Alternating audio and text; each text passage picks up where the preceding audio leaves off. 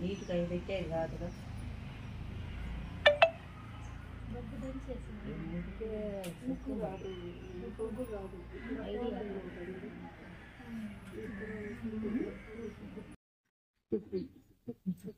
August 1 నుంచి 7 వరకు ప్రపంచ తల్లిపాల వారోత్సవాలు జరుపుకుంటాం.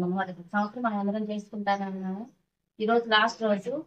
తల్లిపాలంటే బిడ్డకి ఫస్ట్ ఇచ్చే మొదటి టీకా పసుపచ్చగా ఎర్రగా ఉంటాయి కదా, అవి తల్లిపాలు. ఫస్ట్ బిడ్డ పుట్టిన గంటలోపే ఇచ్చేయాలి, లేకపోతే బిడ్డ మళ్ళీ నిద్రపోతాడు.